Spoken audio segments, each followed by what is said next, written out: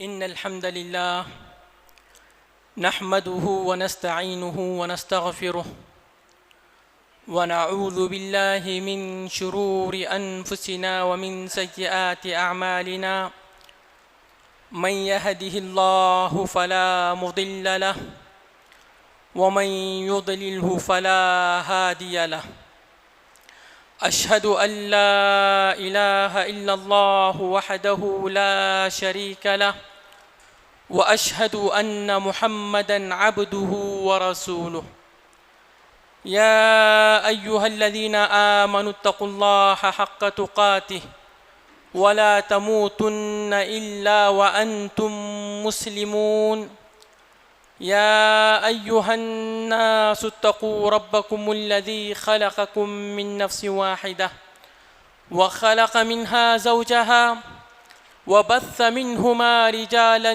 كثيرا ونساء واتقوا الله الذي تساءلون به والأرحام إن الله كان عليكم رقيبا يا أيها الذين آمنوا اتقوا الله وقولوا قولا سديدا يصلح لكم أعمالكم ويغفر لكم ذنوبكم ومن يطع الله ورسوله فقد فاز فوزا عظيما أما بعد فإن خير الحديث كتاب الله وخير الهدي هدي محمد صلى الله عليه وسلم وشر الأمور محدثاتها وكل محدثة بدعة وكل بدعة ضلالة وكل ضلالة في النار ہر طرح کی تعریف، بڑائی، کبریائی، حمد و ثنا، تعریف اور توصیف صرف اس ایک اکیلے اللہ رب العالمین کے لیے جو اس کائنات کا اکیلا مالک ہے، رازق ہے، مدبر ہے. اسی کے ہاتھ میں شفا اور بیماری، اسی کے ہاتھ میں موت و حیات. اس کے کاموں میں کوئی شریک نہیں ہے، اسی طرح اس کی عبادت میں بھی کوئی شریک نہیں ہے. ساری طرح کی دعائیں، التجائیں، آرزوئیں، امید، خوف صرف اسی کے لیے جائز. اس کے علاوہ جتنوں کی عبادت ہو رہی ہے سب جھوٹ ہے، باطل ہے. لاکھوں کروڑوں درود اور سلام ان مقدس ہستیوں پر جن کو اللہ رب العالمین نے ہماری ہدایت کے لیے چنا، ان تک وہ پیغام پہنچایا کہ جس پیغام پر چل کر ہم انسان دنیا اور آخرت میں کامیاب ہو سکتے ہیں. اور جنہوں نے اللہ کی دی گئی یہ امانت ہم انسانوں تک پہنچانے میں ذرے برابر کمی، کوتاہی، تقصیر نہیں کی. خصوصی درود و سلام ہو ان نبیوں کے امام، ساری انسانیت کے سردار، میرے اور آپ کے نبی جناب محمد رسول اللہ صلی اللہ علیہ وسلم پر. حضرات، ابھی ہم ایک بہت ہی مقدس مبارک مہینے سے باہر پڑے ہیں، جس مہینے میں دن میں روزے تھے، رات میں تراویح تھی، صدقہ و خیرات تھے، دعائیں تھیں. لوگ گناہوں سے بچے ہوئے تھے، اپنی آنکھوں کی حفاظت، زبان کی حفاظت، دوسروں کو تکلیف دینے سے بچنے، اپنے ہاتھوں اور پیروں کی حفاظت، سب ایک نیکی کا ماحول تھا. جب یہ مہینہ ختم ہوتا تو جو ہمارے ائمہ سلف ہے، اس منہج سلف اہل سنت والجماعت جس منہج کی طرف اللہ رب العالمین نے ہم کو نسبت دی ہے، ہدایت دی ہے، ان میں سے بہت سارے ائمہ سلف کے بارے میں آتا ہے کہ وہ اس مہینے کے بعد جب وعظ و نصیحت فرماتے تو سورہ اعلیٰ جو جمعہ کی نماز میں پڑھا جاتا ہے، جو عیدین کی نماز میں پڑھا جاتا ہے، سورہ اعلیٰ کا آخری جو آیتیں ہیں، قد افلح من تزکا وذکر اسم ربہ فصلی بل تؤثرون الحیاۃ الدنیا والآخرۃ خیر وابقی. یہ جو آیتیں ہیں، ان آیتوں کو پڑھ کر اس کی تفسیر یا ان آیتوں میں اللہ رب العالمین نے ہمارے لیے جو نصیحت رکھی ہے، ہمارے دلوں کو جھنجھوڑنے کے لیے جو اس میں وعظ و نصیحت رکھی ہے، اس کو بیان کرتے تھے. تو میں نے چاہا کہ میں بھی ان کے نقش قدم پر چلتے ہوئے آج کے اس خطبے میں سورہ اعلیٰ جس کی اہمیت اور فضیلت کے پیش نظر نبی کریم صلی اللہ علیہ وسلم اس کو ہر جمعہ کی نماز میں، عیدین کی نماز میں پڑھا کرتے، اس کی کچھ تشریح آپ کے سامنے رکھ سکوں۔ اللہ رب العالمین نے کہا قد افلح من تزکا، جنت کو پا لیا وہ شخص، اپنے مقصد کو پا لیا وہ شخص جس نے اپنے نفس کو برائیوں سے پاک کر لیا، اپنے دل کو شرک سے پاک کر لیا، اپنے ذہن و دماغ کو برائیوں سے پاک کر لیا۔ تین چیزوں سے پاک کرنا ہے۔ نفس کی رذالتیں ہیں، نفس چاہتا ہے کہ ایک دوسرے کسی کی ترقی دیکھ کر حسد کریں، نفس چاہتا ہے کہ کسی کی غیبت دوسروں کے سامنے بہت بڑا چڑھا کر بیان کریں، نفس چاہتا ہے کہ کسی کو مصیبت میں دیکھ کر خوش ہوں، نفس چاہتا ہے کہ کسی کے اندر کچھ عیب ہے تو اس کو اچھالیں، اس کو اس کے آڑے ناموں سے پکار کر دل کو سکون حاصل کریں۔ لیکن اللہ کہتا ہے کامیاب ہے وہ شخص جو نفس کو روک لگائے، نفس کے پیچھے نہ چلے، نفس جیسے چاہ رہا ہے، جو برائیاں کرنا وہ چاہ رہا ہے، زبان سے، آنکھوں سے، دل سے ان برائیوں کے پر اپنے نفس کی تابعداری نہ کرے، روک لگا دے۔ نفس بولا کہ یہ برائی کرنا ہے، یہ رک جائے کہ نہیں، تھوڑا رک جاؤں گا جنت ملے گی، تھوڑا رک جاؤں گا اللہ کی رضا ملے گی، ورنہ میں نفس ہی کے پیچھے چلوں گا، یہ نفس مجھے اسی حسد میں لگائے رکھے گا، اسی کینہ کپٹ میں لگائے رکھے گا، یہی چیز، یہی غیبت، یہی چغل خوری اور یہی جلن، اور پھر یہی ایک دوسروں کے پیر کھینچنا، دوسروں کی ترقی سے جلن، حسد، اسی میں ہم کو لگائے رکھے گا۔ لیکن اللہ کہتا ہے کامیاب وہ ہے جو اپنے نفس کو کنٹرول میں رکھے۔ تزکا کے معنی یہی ہے، تزکا جو اپنے دل، اپنے نفس کو نفس کی گندگیوں سے پاک کرے، شرک سے پاک کرے۔ شیطان کو جب معلوم ہے کہ جہنم کا سب سے بڑا سبب شرک ہے، آدمی کو شرک میں پھنسانے کی کوشش کرتا ہے، اس کو توہمات میں وہم پرستی ملانے کی کوشش کرتا ہے، یہ کوا، یہ بلی، یہ دودھ ابل گیا، یہ کانچ پھوٹ گئی، یہ آنکھ یہ پھڑک رہی ہے، ایسا ہوگا، یہ ہاتھ میں کھجلی ہو رہی ہے، ویسا ہوگا جی، اور پھر اور آگے لے کے گیا تو پھر یہ دربار وہ دربار۔ یا ہم اہل حدیثوں کو خاص طور سے جو شیطان پھنساتا ہے، ہمارے پاس ظاہری شرک نہیں ہے، مال پہ زیادہ بھروسہ اگر آ گیا، نہیں میرے پاس تو 50 لاکھ روپے رکھے ہوئے ہیں، کچھ بھی ہو جائے مجھے ڈرنے کی ضرورت نہیں ہے۔ یاد رکھیے، اگر دل کا اطمینان اللہ سے ہٹ کر اپنے بینک بیلنس پر آ رہا ہے، اپنی اولاد پر آ رہا ہے، میرے تو 5-6 بچے ہیں، نوجوان بچے ہیں، کسی طرح کی مصیبت ہو جائے گی وہ کھڑے ہو جائیں گے، اگر نفس کا اعتماد ڈاکٹر پر حد سے زیادہ آ گیا، بہت اچھا ڈاکٹر ہے، بہت پڑھا لکھا ڈاکٹر ہے، کسی طرح کی بھی مصیبت ہو جائے گی وہ پہچان لیتا ہے، نفس کا سکون ڈاکٹر پہ اگر زیادہ آ رہا ہے، اللہ سے بڑھ کر کے اللہ شفا دینے والا ہے، اللہ بیماری سے بچا کے رکھنے والا ہے، نفس کا قرار، نفس کا سکون، نفس کا اطمینان ڈاکٹر کی دوائی پر، اس کی ڈگری پر ہے، تو پھر یہ کہیں نہ کہیں شرک اکبر تو نہیں ہے کہ جس سے آدمی اسلام سے خارج ہو جاتا ہے۔ لیکن یہ بات یاد رکھیے، اہل حدیثوں کو اس پہ تھوڑا غور کرنا ہے کہ اگر ڈاکٹر پہ بہت زیادہ اعتماد کہ نہیں بہت اچھا شہر میں ڈاکٹر ہے، بہت پڑھا لکھا ہے، مجھے کچھ ڈرنے کی ضرورت نہیں ہے، دعاؤں کی اتنی زیادہ ضرورت نہیں ہے، اللہ کے پاس اتنا زیادہ رقیہ کرنے کی، رونے کی، گڑگڑانے کی زیادہ ضرورت نہیں ہے، بہت اچھا ڈاکٹر ہے۔ کبھی کبھی آدمی کو اپنے پیسوں پہ بہت زیادہ غرور آ جاتا ہے، کیا ہوتا ہے دیکھ لیں گے، کیا ہوتا ہے دیکھ لیں گے، اتنا زیادہ پیسہ رکھا ہوا ہے، یہ پورے گاؤں کے بڑے بڑے آدمی سب ہمارے ہاتھ میں ہیں، ڈرنے کی ضرورت نہیں ہے۔ اگر اللہ کے خوف سے بڑھ کر اس کا مال اس کو اللہ کے خوف سے بے نیاز کر رہا ہے تو کہیں نہ کہیں شرک کا راستہ ہے۔ تو اللہ نے کہا کہ قد افلح من تزکا، جو اپنے نفس کو، اپنے دل کو شرک اور شرک کی آلائشوں سے پاک کرے۔ جیسے ابراہیم علیہ السلام تھے، ابراہیم علیہ السلام حنیفا مسلمہ، صرف ان کے ذہن میں اللہ ہی تھا، لوگ کیا بول رہے ہیں، لوگ کیا سوچ رہے ہیں، لوگ کیا کریں گے، مجھے لوگوں کے لیے خوشی کے لیے کرنا ہے یا لوگوں سے ڈر کے کوئی چیز چھڑنا ہے، ان کے ذہن میں دور دور تک نہیں تھا، بس وہ یہ تک کہ اللہ کس چیز پہ راضی ہوگا۔ حنیفا مسلمہ، حنیفا یکسو، صرف ان کے ذہن میں اللہ بسا ہوا ہے، اللہ کو یہ کام پسند ہے یا نہیں پسند ہے, یہ بولنا اللہ کو پسند ہے یا نہیں پسند ہے. پھر وہ نہیں دیکھتے کہ کمیونٹی کیا بولے گی, سوسائٹی کیا بولے گی, سوسائٹی کے لحاظ سے مجھے یہ چیز چھوڑنا ہے کہ کرنا ہے, معیار وہ نہیں تھا. تو یہ ہے قد افلح من تزکا, جو اپنے دل کو شرک اور شرک کی آلائشوں سے پوری طریقے سے پاک کرے. حضرت ابراہیم علیہ السلام کو جب آگ میں ڈالا جا رہا تھا تو اس وقت آپ تفسیروں میں ہے کہ بہت بڑی آگ لگائی گئی تھی. بعض تفاسیر میں آتا ہے, ہو سکتا ہے صحیح بھی ہو سکتا ہے غلط بھی ہو, کہ اتنی زیادہ انہوں نے اونچی آگ لگائی تھی کہ اوپر سے چڑیا بھی نہیں گزر سکتی تھی, اوپر سے چڑیا بھی گزرتی تو جل جاتی, اتنی زیادہ بہت بڑی آنچ لگائی.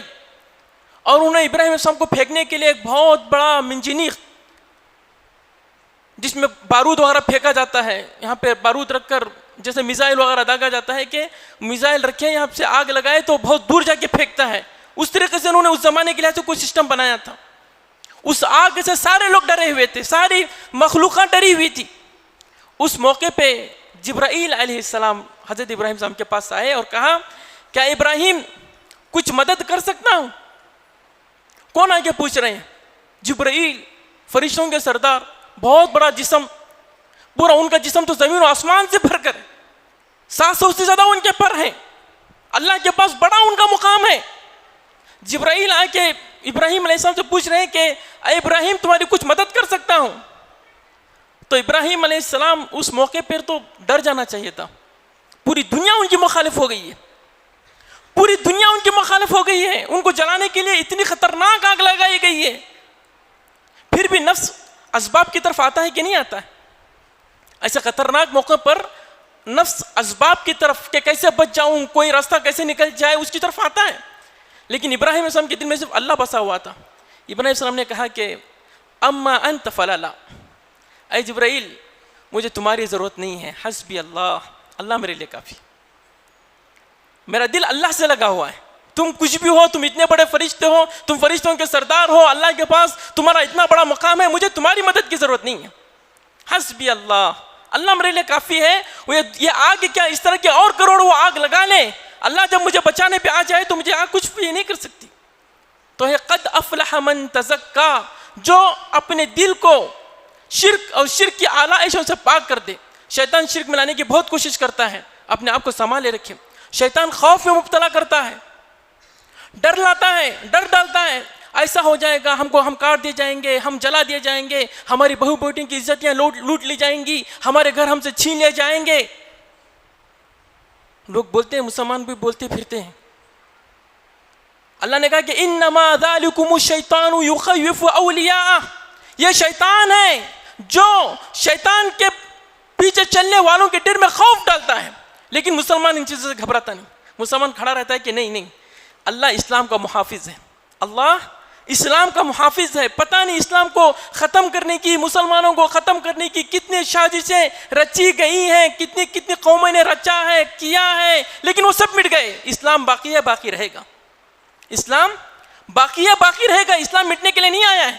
اللہ نے اسلام کو بھیجا ہے اس کو بلند کرنے کے لیے, اس کا کلمہ بلند کرنے کے لیے.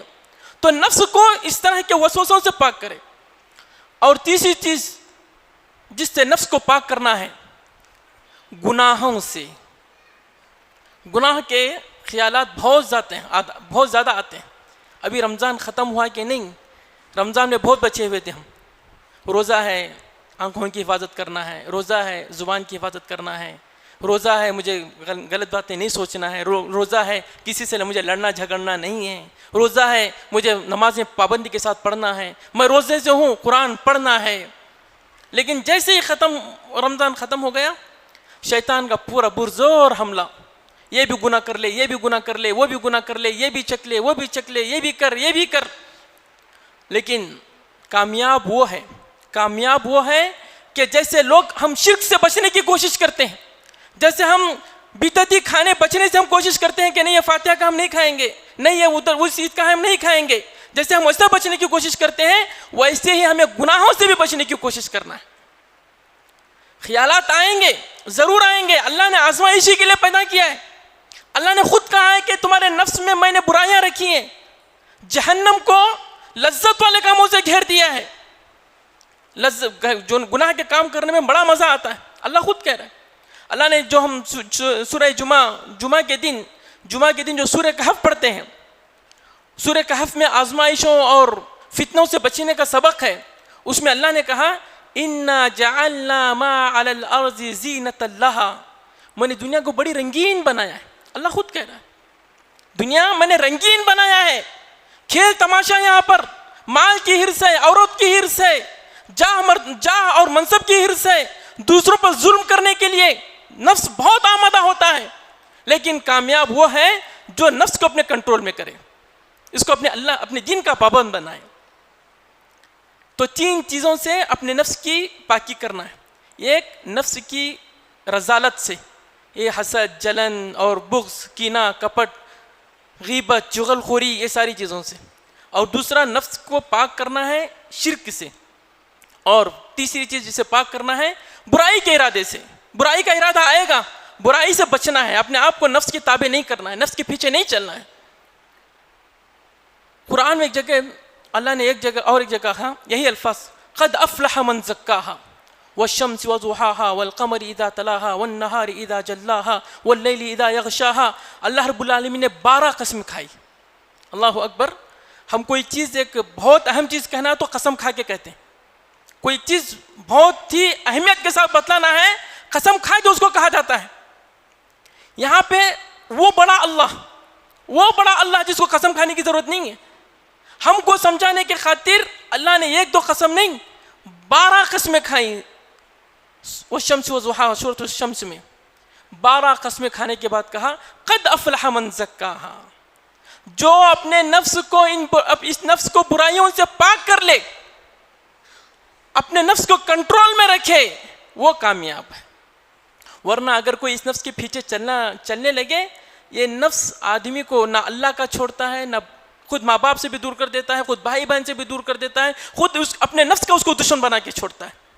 دیکھیے جو لوگ نفس کی ہر خواہش کو پورا کرنے لگتے ہیں کہاں جا کے رہتے ہیں, کہاں جا کے پھنستے ہیں. کوئی سکون, کوئی لذت ان کو حاصل نہیں ہوتی. جو اپنے نفس کے پیچھے چلتے ہیں, جاتے وہ اپنے ماں باپ کے دشمن بن جاتے ہیں, اپنے بیوی بچوں کے دشمن بن جاتے ہیں, اپنے معاشرے کے دشمن بن جاتے ہیں, خود اپنے نفس کے دشمن بن جاتے ہیں. ضروری ہے نفس کو کنٹرول میں کریں, جیسے ہم روزے کی حالت میں کر رہے تھے. قرآن میں اللہ نے جب روزوں کے بارے میں کہا تو کہا یا ایھا الذین آمنوا کتب علیکم الصیام کما کتب علی الذین من قبلکم لعلکم تتقون. اے لوگو, یہ روزے تم پر فرض کرنے کا مقصد تم کو تکلیف دینا, تمہیں بھوکا رکھ کر میں مزہ لینا, تمہیں پیاس میں تڑپانا نہیں ہے. اس کا مقصد یہ ہے کہ تم جیسا روزے کی حالت میں گناہوں سے بچنے کی کوشش کرتے ہو, سال کے دوسرے 11 مہینے میں بھی ایسے ہی بچنے کی کوشش کرو. ہم رمضان میں ہو سکتا ہے کہ روم میں اکیلے تھے, بھوک سے پیٹ درد دے رہا تھا, ہونٹ سوکھ گئے تھے پیاس سے, روم میں پانی بھی رکھا ہوا تھا. کیا ہم نے پانی پیا؟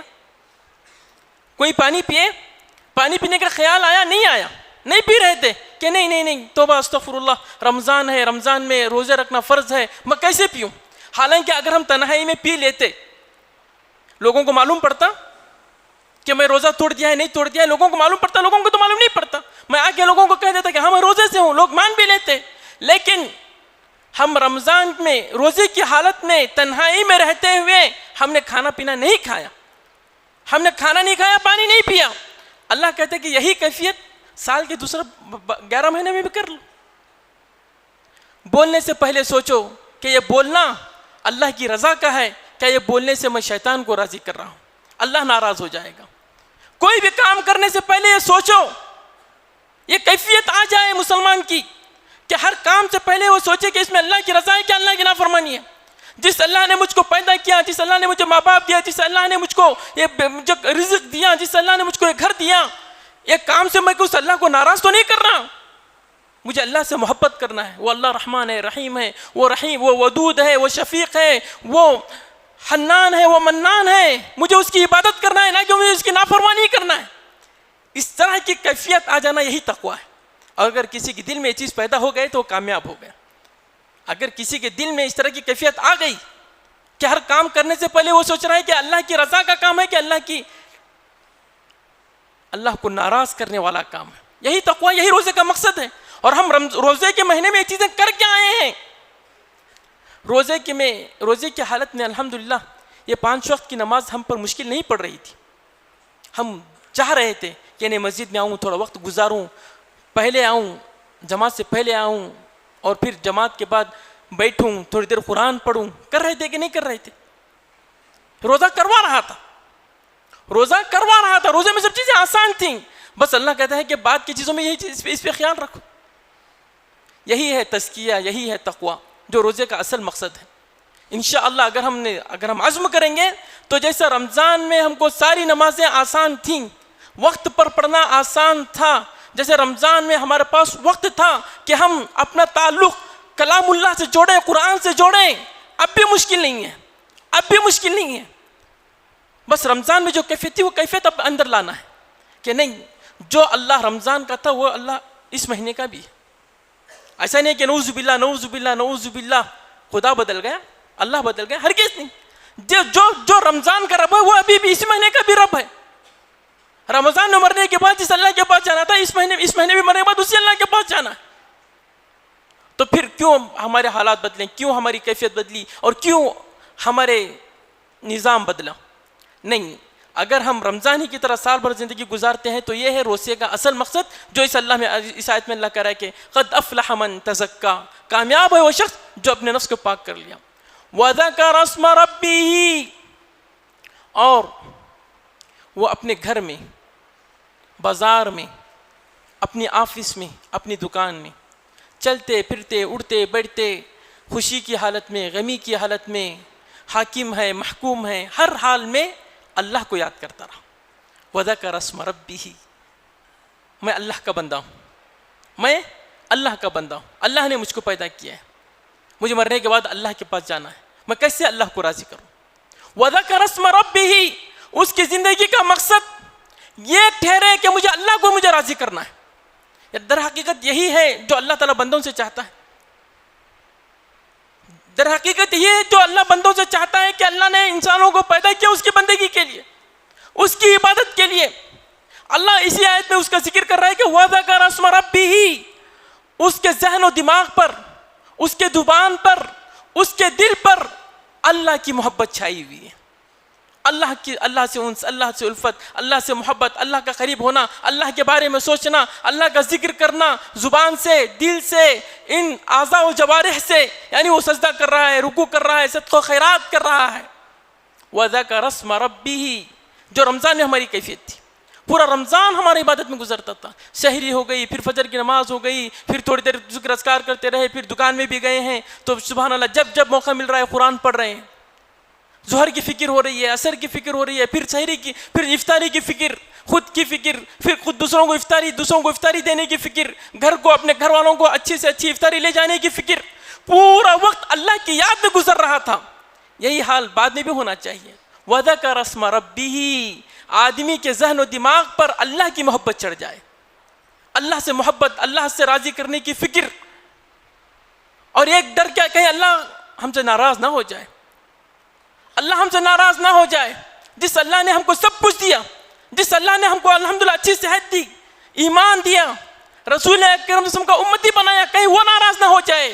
یہ فکر ہونی چاہیے جو فکر رسول اکرم صلی اللہ علیہ وسلم کی تھی، جو صحابہ کرام کی تھی، جو تابعین کی تھی، جو ہمارے ائمہ کی تھی. یہ مطلوب ہے جو اس کا ذکر قرآن میں اللہ کر رہا ہے اور جو ہم ہر جمعہ پڑھتے ہیں. وذکر اسم ربہ، اس نے وہ اللہ کا نام یاد کرتا رہا. پھر کیا کیا اس نے؟ فصلی، اللہ کو یاد کرنے کا سب سے بہترین ذریعہ،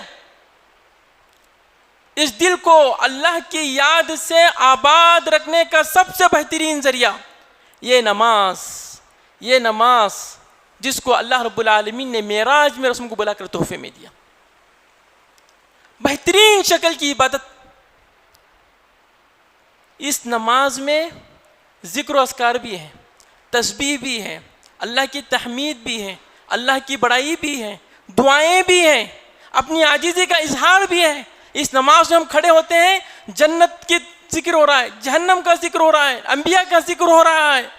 اور پھر یہ کہ اللہ رب العالمین نے پہلے نبیوں کی کیسے مدد کی اور نبیوں کے دشمنوں کو کیسے ہلاک کیا، یہ نماز جو ہے اس کو نبی کریم صلی اللہ علیہ وسلم نے کہا کہ الصلاۃ معراج المومن، یہ نماز میں مومن بندہ رہتا تو مسجد میں ہے، لیکن پورے جنت و جہنم کی سیر، اور آدم علیہ السلام اور نوح علیہ السلام اور ہود علیہ السلام اور پھر زکریا علیہ السلام اور سب کا ذکر ہوتا رہتا ہے. یہ معراج ہے. یہاں پہ ایک صف میں کھڑے ہو کر پتہ نہیں مسلمان بندہ کہاں کہاں پہ جا کے آتا ہے، معراج کر کے آتا ہے. فصلا، اللہ کو یاد کرنے کا سب سے بہترین ذریعہ یہ نماز، یہ نماز، یہ نماز. حضرات، نماز کی اہمیت کیا ہے، فضیلت کیا ہے، اور اس کو چھوڑنے کا گناہ کیا ہے، ہم سنتے رہتے ہیں، ہم سب کو معلوم ہے بس. لیکن اگر قرآن میں بار بار پڑھیں، قرآن میں تقریباً جیسے کہ کچھ ذکر کیا گیا تو 600 سے زائد مقامات پر، 600 سے زائد مقام پر اللہ نے نماز کے لیے الگ الگ الفاظ، الگ الگ صیغے اور الگ الگ اس کے بارے میں بیان فرمایا، اس کی جانب توجہ مبذول کروائی. قد افلح المؤمنون الذين هم في صلاتهم خاشعون. جب بھی اللہ نے مومنوں کی صفات ذکر کیا تو سب سے پہلے مومن بندوں کی جو صفت ذکر کرتا ہے اللہ تعالیٰ، جو نماز کی حفاظت کرتے ہیں. ہم سورہ بقرہ شروع میں پڑھتے ہیں الف لام میم ذالک الکتاب لا ریب فیہ ھدی للمتقین. متقین کون ہے؟ الذین یقیمون الصلاۃ، جو نماز کو قائم کرتے ہیں. نماز پڑھنے کا لفظ نہیں ہے، نماز پڑھنے کا لفظ نہیں ہے، نماز کو قائم کرنا ہے. پڑھنا الگ ہے، کبھی پڑھ لیے کبھی چھوڑ دیے، کبھی من میں آیا تو اچھے سے پڑھ لیے، کبھی من میں نہیں آیا تو بس ایسے آئے اور سجدے کر کے چلے گئے. یہ سب چیزیں الگ ہے. پڑھنا الگ ہے، قائم کرنا، اس کو اس کے واجبات کے ساتھ، اس کو اس کے شروط کے ساتھ، نماز کو اس کے وقت میں، اس کے آداب کے ساتھ، اس کے سنن کے ساتھ، ایک اہتمام کے ساتھ، ایک اہتمام کے ساتھ، ایک دل لگی کے ساتھ، حاضر قلبی کے ساتھ پڑھنا. کتنے جگہ کہا ہے وہ، اگر اس کو پڑھیں، میں نے کہا کہ تقریباً جیسے ذکر کیا گیا کہ 600 سے زائد مقامات پر نماز کا ذکر ہے. جب بھی مومنوں کی صفات قرآن میں آتے ہیں، اللہ ذکر کرتا ہے کہ قد افلح المؤمنون الذین هم فی صلاتهم خاشعون. وہ مومن لوگ کامیاب ہیں جن کی صفت یہ ہوتی ہے کہ اپنے نماز میں حاضر دماغی کے ساتھ، دل کے حضور کے ساتھ، خشوع اور خضوع کے ساتھ نماز پڑھتے ہیں. ایسے نہیں کہ بس آئے اور پڑھ کے چلے گئے، نہیں، جو دل لگی کے ساتھ، بڑی رغبت کے ساتھ نماز ادا کرتے ہیں. پھر اسی اس میں اللہ نے کہا والذین هم علی صلاتهم حافظون، جو اپنی نمازوں کی حفاظت کرتے ہیں کہ اس کو ضائع نہیں کرتے، اس کو بے وقت کر کے نہیں پڑھتے، اس کو جماعت کے ساتھ، مسلمانوں کے ساتھ وقت پر ادا کرنے کی کوشش کرتے ہیں. قرآن میں 2 جگہ، ایک جگہ اللہ کو کہنا تھا کہ مسلمان، اللہ کو کہنا تھا کہ مسلمان، لیکن اللہ نے وہاں پہ ذکر کیا کہ نمازی. اللہ نے کہا کہ ان الانسان خلق ہلوعا، انسان بڑا بے صبر ہے. اذا مسہ الشر جزوعا، تھوڑی سی تکلیف پہنچ جاتی ہے رونا دھونا شروع کر دیتا ہے کہ میرے ساتھ ہی کیوں، ہمارے ساتھ ہی ہوتا ہے، یہ ہوتا ہے، ہمارا ہی بڑا بے صبر ہے. پھر ایک وَإِذَا مَسَّهُ الْخَيْرُ مَنُوعًا، لیکن جب اللہ اس کو مال دے دیتا ہے تو بڑا بخیل بن جاتا ہے. إِلَّا الْمُصَلِّينَ، اللہ نے کہا کہ یہ گندی صفات سے دور ہیں مومن لوگ. اللہ کہنا چاہتا تھا مومن لوگ، لیکن مومن لوگوں کے لیے اللہ نے کون سا لفظ استعمال کیا؟ مسلین. یعنی ہمارے یہاں پہچان ہے، ہم ایک قوم کی ایک پہچان ہوتی ہے، ایک قوم کی ایک پہچان ہوتی ہے کہ بھائی وہ قوم وہ کھانے والے، یہ قوم وہ کھانے والی. ایک قوم کی ایک پہچان ہوتی ہے کہ نہیں ہوتی؟ اچھا، وہ ہمارے برادران وطن میں وہ قوم جو وہ کام کرتی ہے. ایک قوم کی ایک پہچان ہوتی ہے کہ نہیں ہوتی ہے؟ ہم اسے پہچانتے ہیں. مطلب جیسے ہندوؤں میں اگر تلاش کیا جائے تو دیکھیں کوئی اس طرح کا ٹیکا لگا جانے والا، کوئی لمبا ٹیکا لگانے والا، یا کوئی ادھر پیٹ پہ باندھنے والا، کوئی گردن پہ لٹکانے والا. ان کے الگ الگ فرقے ہیں، ان کی پہچان ایک ہوتی ہے. یہاں پہ اللہ تعالیٰ مسلمانوں کی پہچان کے لیے کون سا لفظ استعمال فرما رہا ہے؟ اللہ نے کہا کہ یہ بے صبری کی کیفیت سے دور ہوتے ہیں مسلمان، لیکن مسلمان بولنے کے اللہ نے لفظ استعمال کیا کہ نمازی. یا اس کو اور سمجھنے کے لیے سورہ مدثر میں اللہ تعالیٰ نے جہنمیوں کا ذکر کیا ہے. ما سلککم فی سقر، جنتی جہنمیوں سے پوچھیں گے، جنتی جہنمیوں سے پوچھیں گے کہ ما سلککم فی سقر، تم جہنم میں کیوں پڑے ہو، کس چیز نے تم کو جہنم میں لایا ہے؟ تو وہ جہنمی جواب دینا چاہ رہے ہیں کہ ہم مسلمان نہیں تھے. جہنمی کیا جواب دینا چاہ رہے ہیں؟ جواب دینا چاہ رہے ہیں کہ ہم مسلمان نہیں ہیں، لیکن وہ جملہ کیا بولیں گے؟ جملہ بولیں گے قالوا لم نک من المصلین. وہ کہیں کہ ہم ان لوگوں میں سے نہیں تھے جو نماز پڑھتے تھے. پتہ نہیں آپ کے سامنے جو میں جملہ بولنا چاہ رہا ہوں واضح ہوا یا نہیں ہوا ہے. جیسے مسلمانوں کو کہا جاتا ہے کہ بھائی گوشت کھانے والی قوم, ایک مثال مشہور ہے, مسئلہ مشہور ہے, میں بس ایک مثال دے رہا ہوں. قرآن کے لحاظ سے اللہ کہہ رہا ہے کہ مسلمان وہ جو نماز پڑھتے ہیں. قرآن کے لحاظ سے اللہ کیا کہہ رہا ہے؟ مسلمان وہ جو نماز پڑھتے ہیں, جو ان کی نماز پڑھنا صفت ہے وہ مسلمان ہیں. جو نماز سے غفلت برتتے ہیں ان کے ایمان میں کمی ہے, ان کے ایمان میں کمی ہے. یہ کمی بہت زیادہ ہے تو اسلام سے خارج ہے, اور یہ کمی تھوڑی بہت کچھ ہے تو پھر اللہ عالم. لیکن یہ کہ اسلام کی پہچان نماز سے, اسلام کی پہچان سچا کون مسلمان ہے اس کی پہچان مسلمان سے. اللہ نے قرآن میں کہا انما یعمر مساجد اللہ من آمن باللہ والیوم الآخر, جن کے دل میں حقیقی ایمان ہوتا ہے وہ اللہ کے گھروں کو آباد کرتے ہیں. صحت ہے, عافیت ہے, وقت ہے, مسافر نہیں ہے, مقیم ہیں, پھر بھی مسجد سے دور ہیں تو ان کے ایمان میں کمی ہے.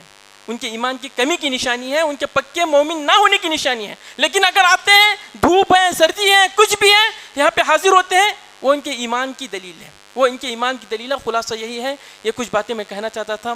اللہ رب العالمین سے دعا ہے کہ ہم نے رمضان میں جو کچھ عبادتیں کی ہیں اللہ اس کو قبول فرمائے, اور جو کچھ ہم سے کوتاہی ہوئی ہے اللہ اس سے ہم درگزر فرمائے. جس طریقے سے ہم رمضان میں پابند تھے, ہم روزی کی حالت میں اپنے آنکھوں کی, دل و دماغ کی, زبان کی, اپنے ہاتھوں پیروں کی حفاظت فرما رہے تھے, اسی طریقے سے ہم ان سارے مہینوں میں بھی مسلمان بن کر رہیں. سبحان ربک رب العزت عما یصفون وسلام علی المرسلین والحمد للہ رب العالمین.